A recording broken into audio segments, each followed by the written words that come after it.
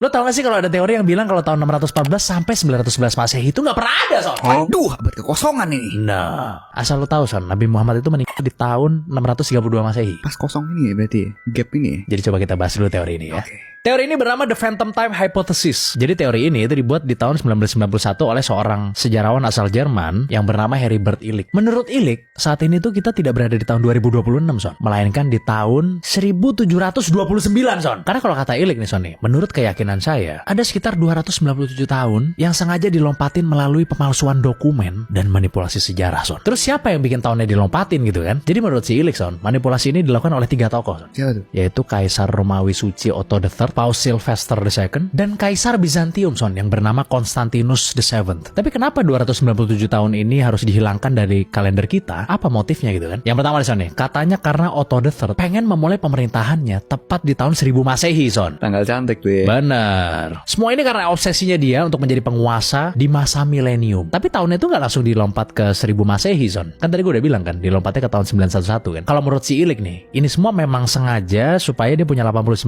tahun sejarah yang akan disuntikan dengan cerita-cerita palsu nantinya, supaya orang tuh merasa memang sudah tahun 1000 gitu, Son. Lu nggak maksudnya?